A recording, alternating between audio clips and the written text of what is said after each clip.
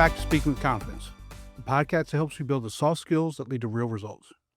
Communication, storytelling, public speaking, and showing up with confidence in every conversation that counts. I'm Tim Newman, a recovering college professor turned communication coach, and I'm thrilled to guide you on your journey to become a powerful communicator.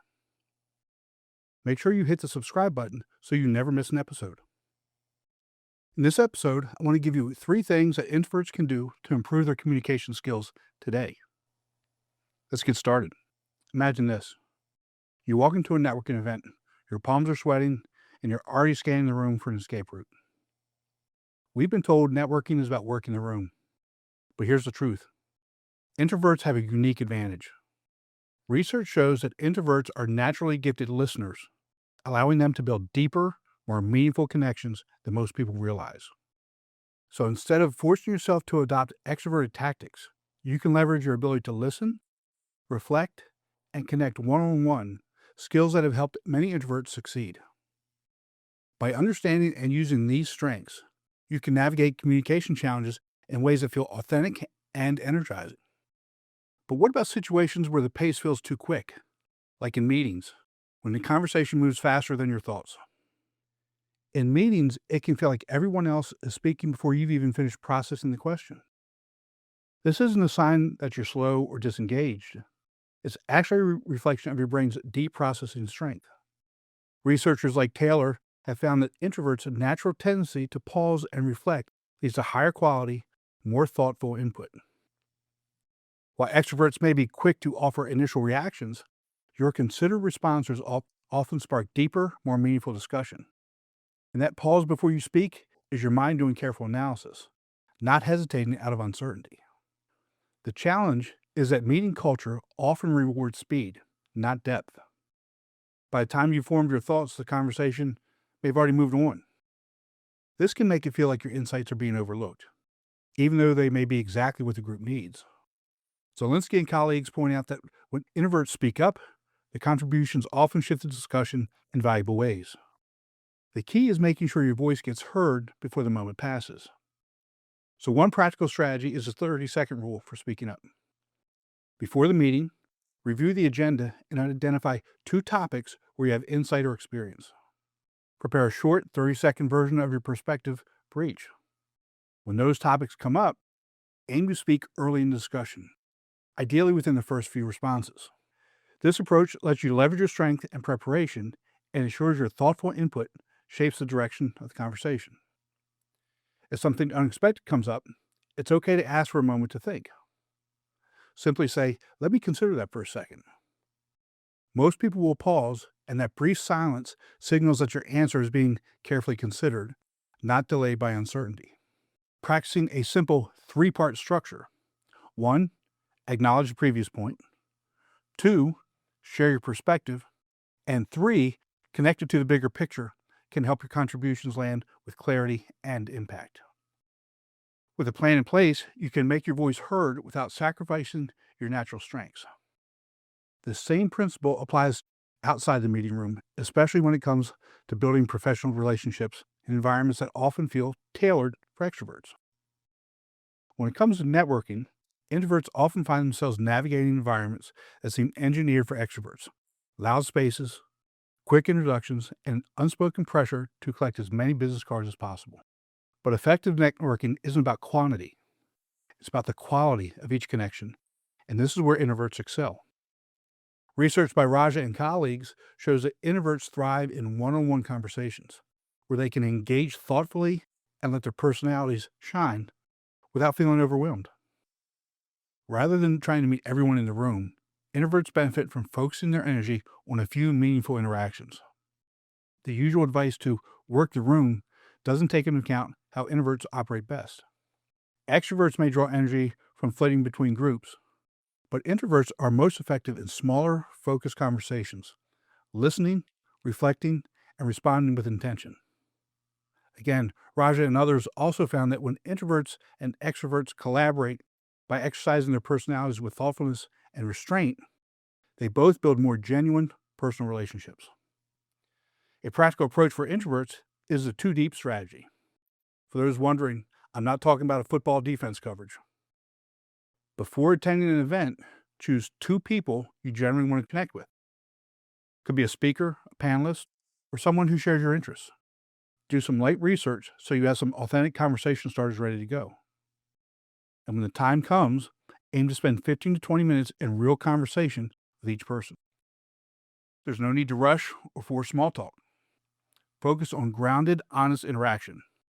This method echoes Herbert and others who recommend organizational plans that allow for diverse team compositions and flexible approaches, making space for introverts to contribute in the ways that suit them. If surface level small talk feels exhausting, steer the conversation a bit deeper. Instead of asking, "What do you do?" try, "What surprised you most about your work recently?" Questions like these invite more meaningful exchanges, helping you connect beyond the basics. You can also make networking more manageable by arriving early when the room is quieter and conversations start more naturally. Again, Herbert and others suggest that flexible environments benefit introverts, and a quieter start can set the tone for the rest of the event.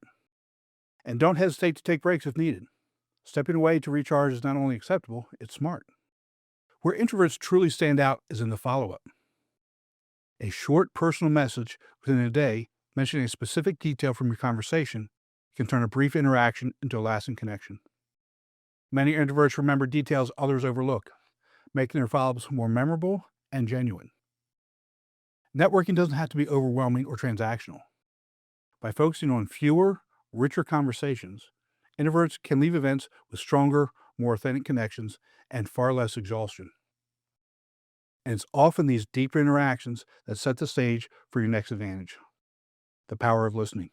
In professional settings, the ability to listen can set you apart, especially if you take in information quietly while others fill the room with conversation.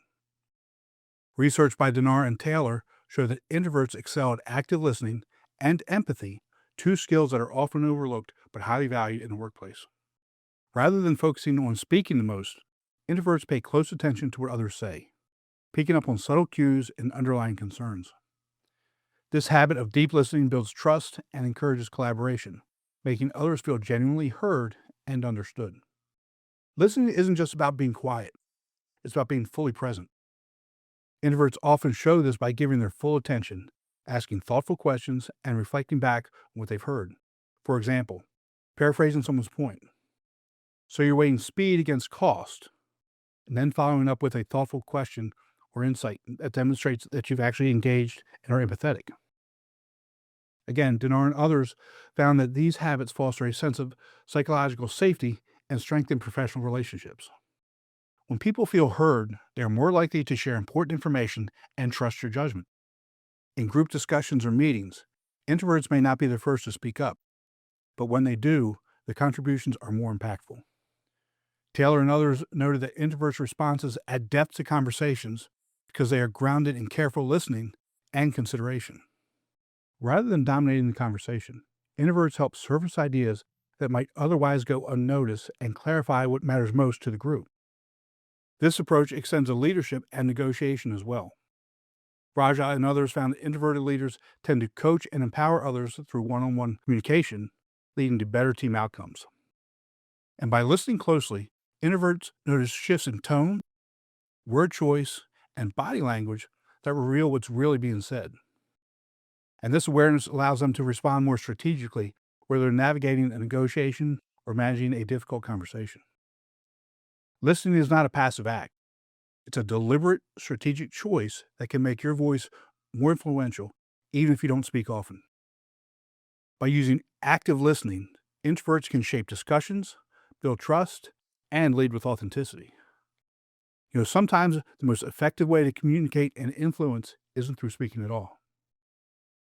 Written communication is often where introverts find their most effective mode of expression. In the digital age, platforms like LinkedIn, Slack, and email create opportunities for introverts to communicate on their own teams. Lernosity's research highlights that online communication empowers introverts to share their ideas authentically, allowing them to refine their thoughts and contribute with clarity. This ability to take time, organize ideas, and deliver well-crafted messages is a strength that stands out in professional environments where clear and concise communication is highly valued. Writing offers something that spontaneous conversation rarely does: the chance to think before responding. Introverts can use this to their advantage, preparing responses that are precise and well structured. This methodical approach doesn't just improve clarity, it helps reduce misunderstandings and ensure that instructions or feedback are easy to follow. In fact, Hudson and Ferguson found that introverts' creativity often flourishes during solitary work, which fuels innovation and leads to more original solutions. Rather than relying on quick brainstorming sessions, introverts can use writing to develop ideas in depth before presenting them to a group. And when it comes to email, introverts often pause to consider their words, resulting in thoughtful and well-structured responses. Taylor found that these written communications are perceived as more compassionate and empathetic, which can strengthen professional relationships and build trust. The focus is on clarity and substance rather than volume, making each message more impactful. On LinkedIn and similar platforms, introverts can post less frequently, but with more meaningful content, tend to attract better professional opportunities than those who post daily with little depth. This approach, fewer but richer contributions, mirrors how introverts operate in person. Less noise, more meaning. In meetings, written contributions such as pre-reads or follow-up summaries can be especially effective. Teams that use these written tools often make better decisions as everyone has time to process and contribute thoughtfully. For introverts, viewing writing as a primary communication tool rather than just a backup can shift the way they participate and lead. And recognizing the value of written communication means understanding that effective communication doesn't require changing who you are. Introverted communication strengths, like active listening, thoughtful preparation, and meaningful one-on-one connections, play a critical role in effective teamwork and leadership. Herbert and others highlight that when organizations understand and support introversion, they benefit from greater creativity, diversity, and overall performance. The reward sensitivity theory, discussed by Kane in the 1920s and referenced by Lerniosity, also help explain why introverts excel in environments where depth and reflection matter. So next time you feel pressure to adopt a louder style, remember that your quiet approach brings real value. Try one of these strategies, whether it's the 30-second rule, focus networking, or written communication, and share in the comments which quiet communication tip you'll try first. Remember, we're looking for progress, not perfection. That's all for today. Be sure to visit speakingwithconfidencepodcast.com to get your free ebook, The Top 21 Challenges for Public Speakers and How to Overcome Them. You can also register for the Forming for Public Speaking course.